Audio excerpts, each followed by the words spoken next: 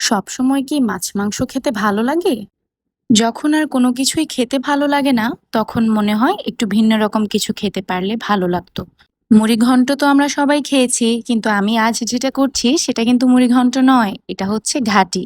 মানে ডালটা আমি গোটা, গোটা রাখবো না, ডালটা একদম গলিয়ে ফেলবো এবং এভাবে খেতে আমার কাছে বেশি ভালো লাগে। আর মাছটা কষিয়ে নেয়ার পর আমি খুব ভালোভাবে ভেঙে দিব আর মাছ থেকে বড়, বড় কাঁটাগুলো তুলে নিব। যার ফলে ঘাটিতে কিন্তু খুব বেশি কাঁটা থাকবে না, তাই গলায় কাঁটা আটকে যাওয়ার ভয় নেই।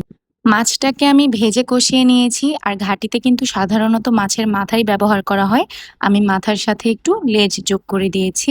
ভেজে নেয়ার কারণ হচ্ছে মাথা থেকে কিন্তু একটা কাঁচা গন্ধ আসে। ভেজে নিলে গন্ধ আসার কোনো চান্স থাকে না। আর মুগ ডালটাকে আমি প্রেসারে সিদ্ধ করে নিয়েছি, যার কারণে খুবই অল্প সময় লেগেছে। এই তো মাছ কষিয়ে নেওয়ার পর ডালটাকে মাছের সাথে খুব ভালোভাবে নেড়েচেড়ে এখানে গরম পানি দিয়ে দিব। অবশ্যই গরম পানি দিব, তাহলে কিন্তু ভালো ফলাফল আসবে। আমার ঘাটিটা রেডি, আপনারা অবশ্যই ট্রাই করে দেখবেন।